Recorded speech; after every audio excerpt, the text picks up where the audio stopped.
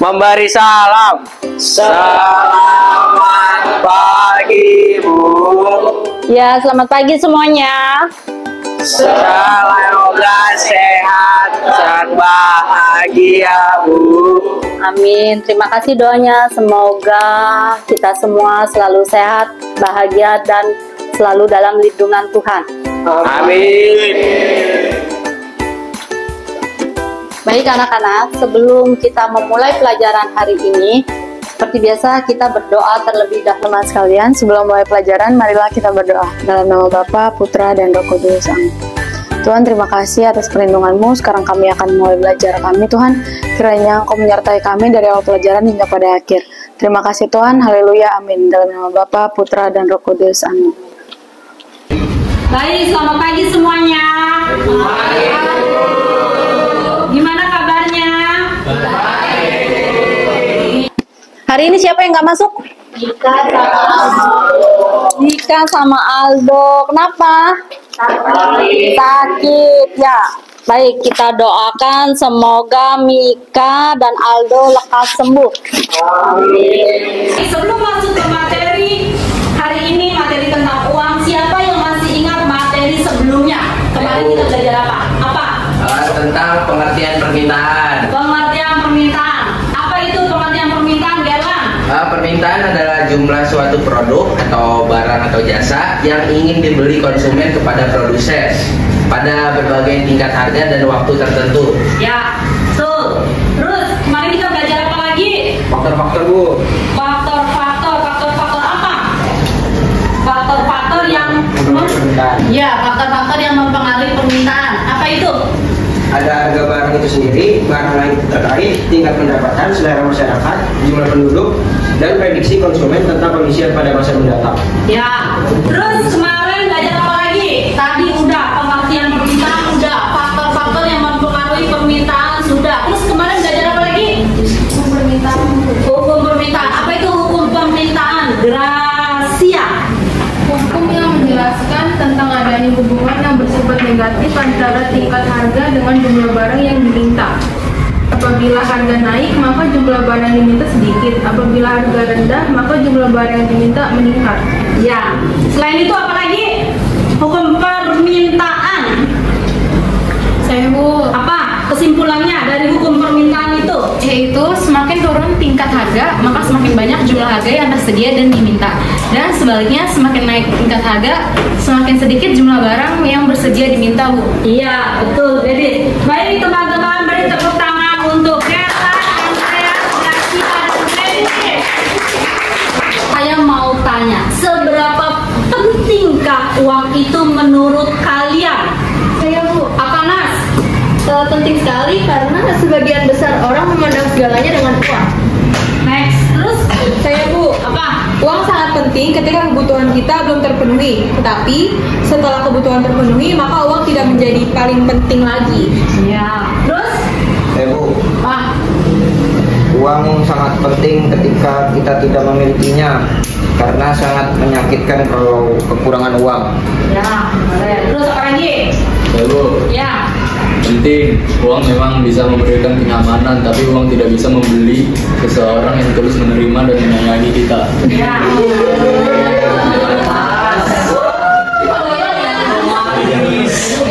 Next. Saya, Bu. Ya. Nah, uang memang bisa membeli apapun yang kita mau di pusat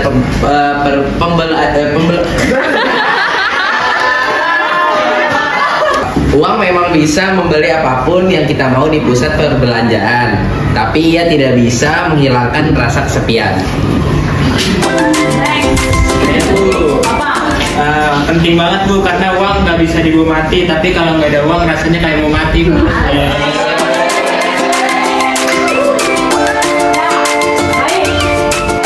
Baik anak-anak, sekarang kita mengerjakan pretest dulu ya sebelum masuk ke materi tentang uang. Oke, cepat. Sudah saya share ya ke link grupnya masing-masing.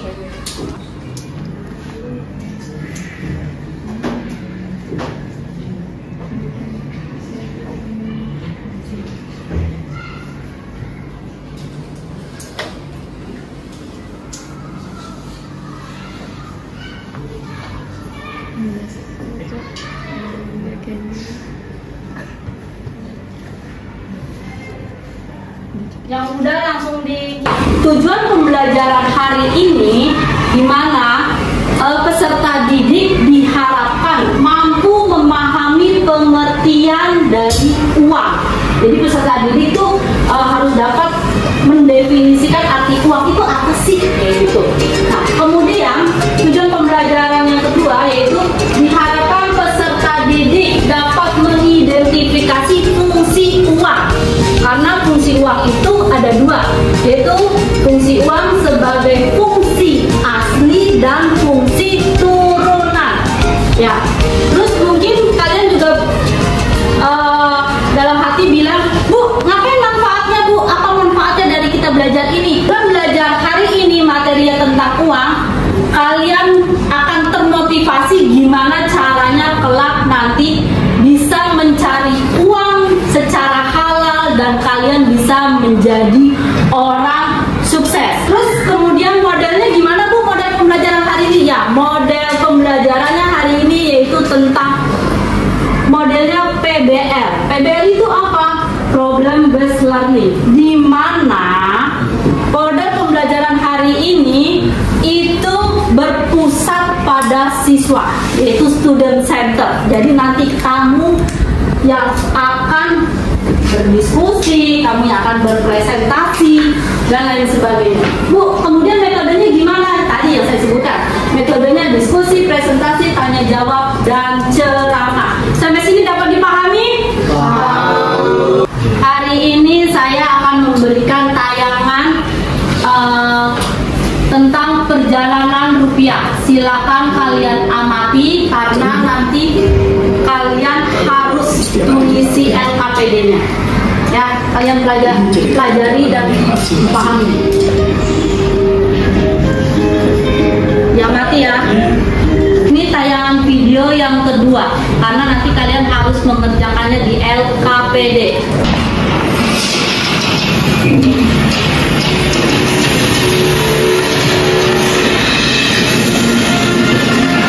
Sekarang saatnya kalian mengerjakan LKPD. Pinter. Penjelasan uang baru. Video yang pertama ya. Uang rupiah kertas tahun emisi tahun 2022 itu tentang apa? Tadi di dalam video itu apa yang kalian dapatkan? Coba saya mau dengar. Pada sama seperti uang rupiah tahun emisi 2016, pada uang tahun emisi 2022 bergambar pahlawan nasional pada bagian depan dengan tema kebudayaan Indonesia seperti pemandangan alam, flora pada bagian ini. Oke, ya berarti di video itu ada gambar pahlawannya nggak? Ada. Ada, benar. Terus ada tema kebudayaannya nggak? Ada. Ada. Oke. Ada pemandangan alam, flora, dan bagian belakangnya. Oke, makasih. Tentang uang udah? Udah. Berdasarkan teori dapat? Dapat, Bu. Apa coba? Saya mau dengar. Menurut pengenalan Smith itu pengertian uang adalah merupakan penukaran namun uang tidak dibutuhkan untuk uang itu sendiri. Artinya ya uang digunakan untuk memperlancar pertukaran dan penetapan nilai yang wajar dan pertukaran tersebut, dan uang bukan merupakan sebuah komedi. Kelompok ini gimana? Udah belum? Faktor-faktor yang mempengaruhi permintaan uang? Apa coba? Lagi mau dengar? Faktornya satu, tingkat inflasi, tingkat produksi dan pendapatan nasional, berjaga-jaga kegiatan spekulasi, kondisi kesehatan dunia perbankan. Iya, betul. Selamat pagi Bu dan teman-teman sekalian. Sekarang kami di sini akan mempresentasikan hasil dari kelompok kami, yaitu pengertian uang dan fungsi uang.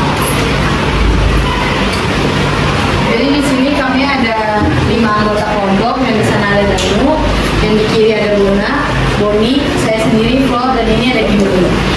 Uang baru, uang rupiah kertas tahun emisi tahun 2022.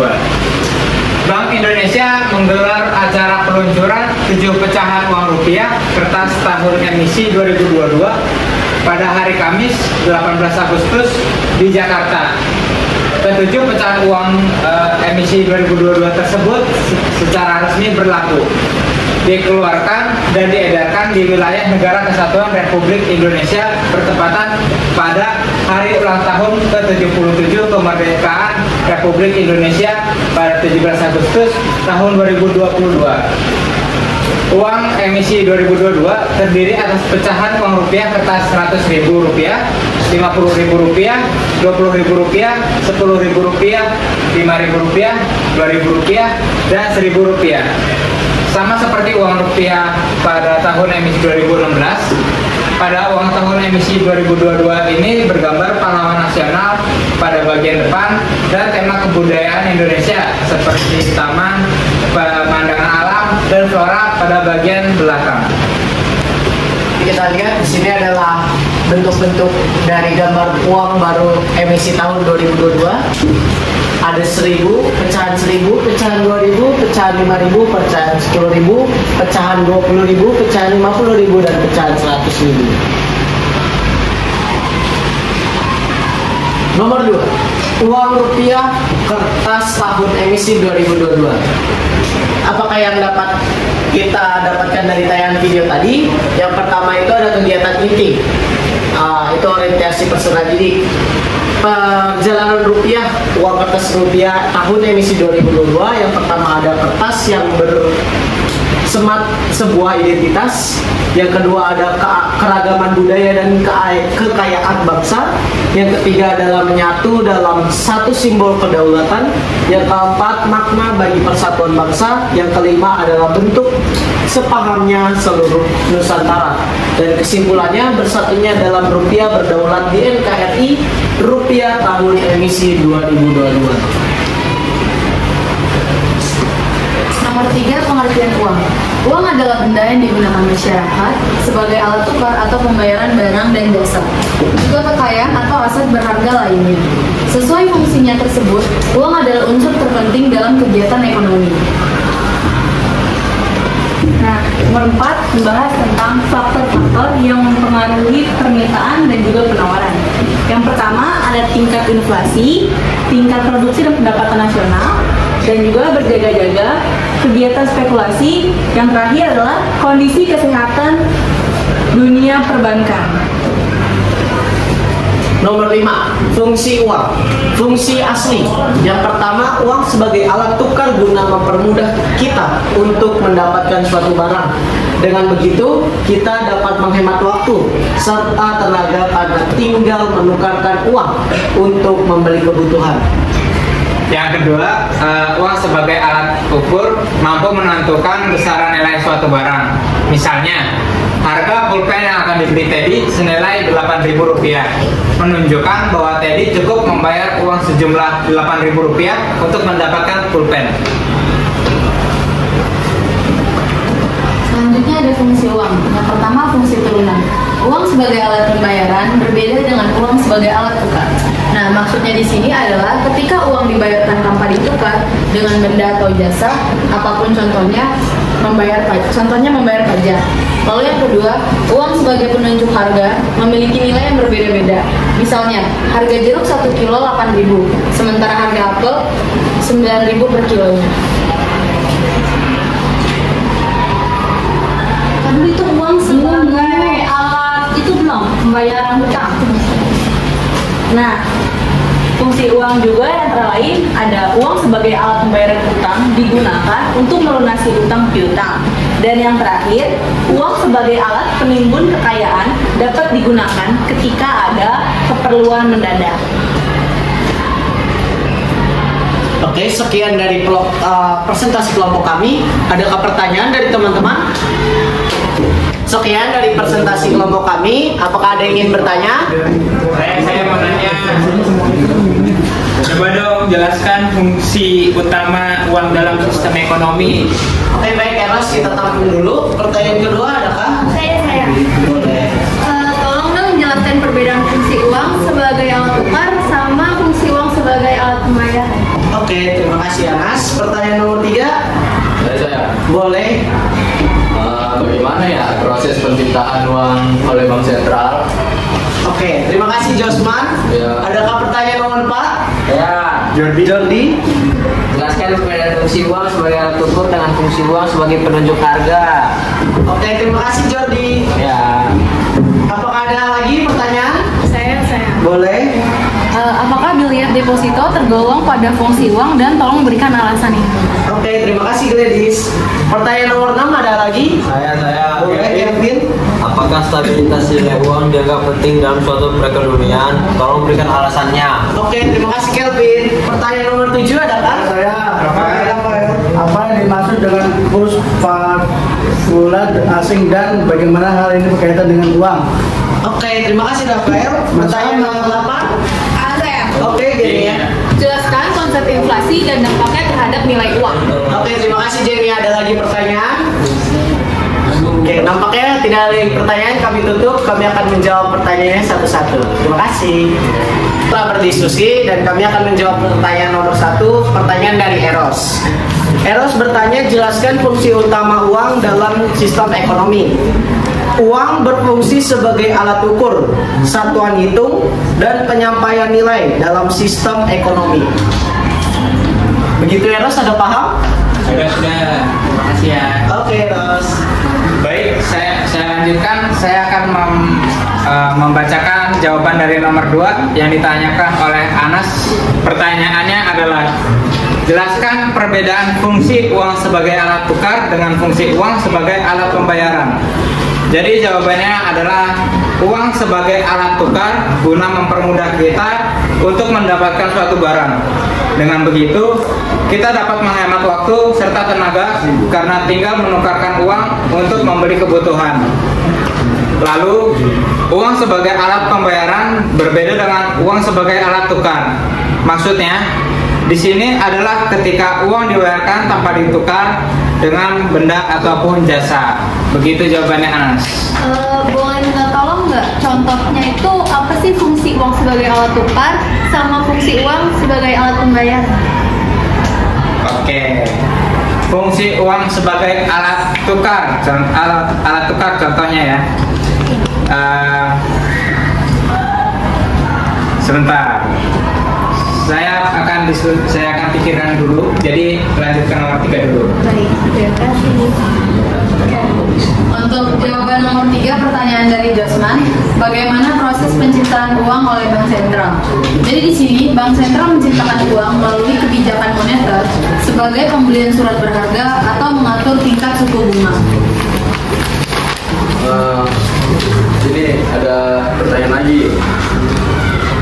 Apa peran bank dalam menciptakan uang melalui sistem perbankan?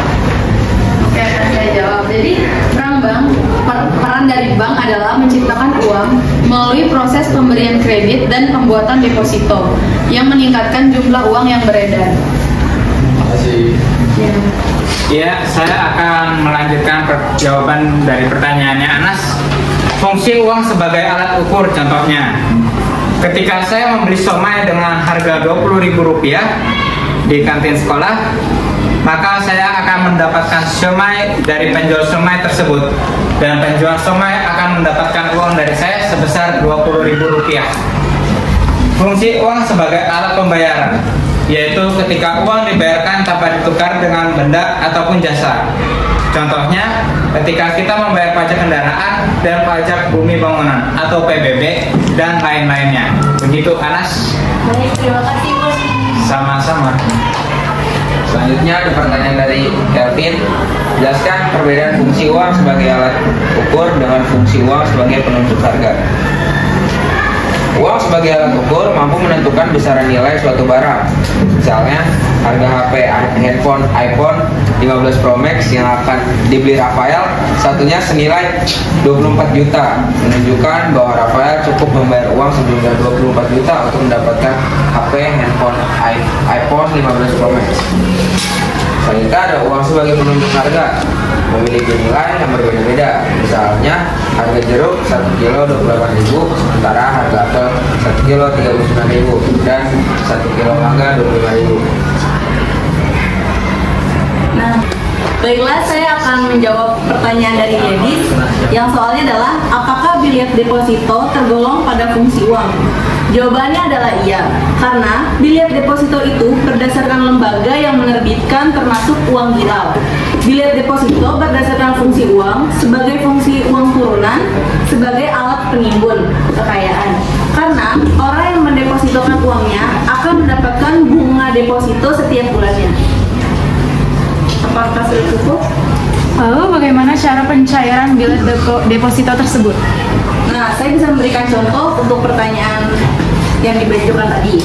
Jika Vina mendepositokan uangnya di Bank Mandiri sebesar 200 juta pada tanggal 20 November 2023 dengan suku bunga per bulan dan jatuh tempo 1 tahun, maka Vina dapat mencairkan bilet deposito sebesar 200 juta pada tanggal 20 November 2024. Karena jika tidak sesuai dengan tempo, akan dikenakan penalti.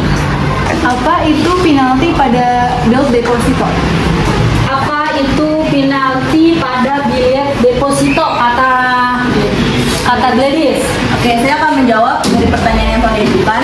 Penalti atau denda pada bilet deposito yaitu resiko pertama dari pencairan deposito sebelum jatuh tempo adalah adanya penalti yang diberikan oleh bank.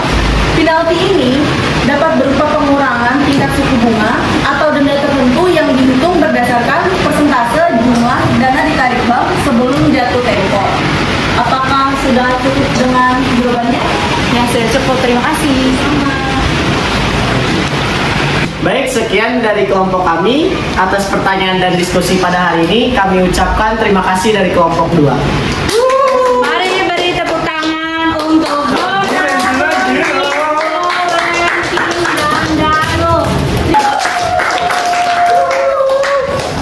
Next, terus kesimpulannya apa lagi? Fungsi uang ada yang fungsi asli. Yang pertama, uang sebagai alat tukar guna mempermudah kita untuk mendapatkan suatu barang. Dengan begitu, kita dapat menghemat waktu serta tenaga karena tinggal menukarkan uang untuk membeli kebutuhan. Yang kedua, uang sebagai alat ukur, mampu menentukan besaran nilai suatu barang. Misalnya, harga pulpen yang akan dibeli Teddy senilai Rp8.000 menunjukkan bahwa Teddy cukup membayar uang sejumlah Rp8.000 untuk mendapatkan pulpen.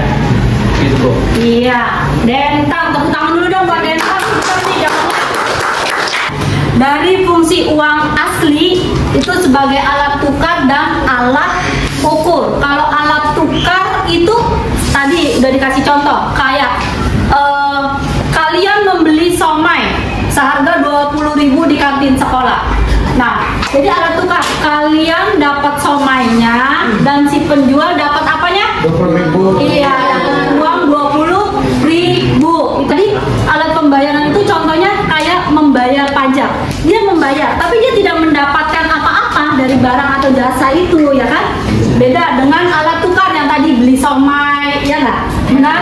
Nah, jadi kalau alat pembayaran itu contohnya jadi membayar pajak PBB, bumi bangunan, pajak rumah kalian itu dibayar, pajak kendaraan itu juga wajib dibayar.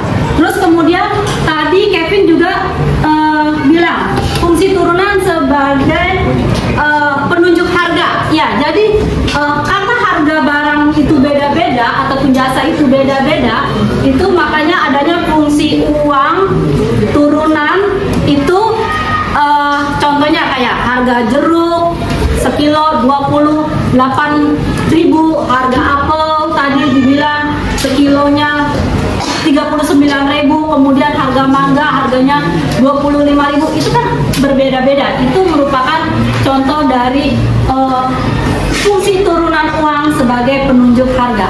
Kemudian ada juga nih fungsi turunan uang sebagai pembayaran utang. Jadi kalian kalau punya utang wajib dibayar.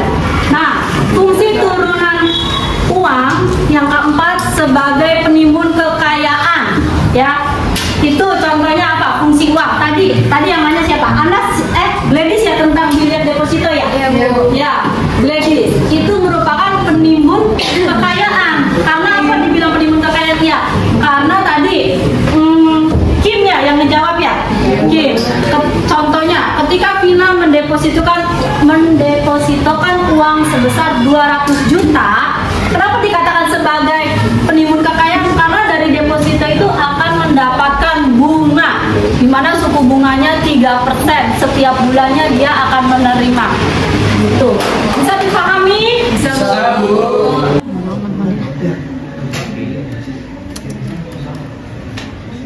Kalian sudah mengerjakan post-test. Semoga nilainya balik ya. Ya, anak-anak, sekarang kita masuk pada tahap refleksi.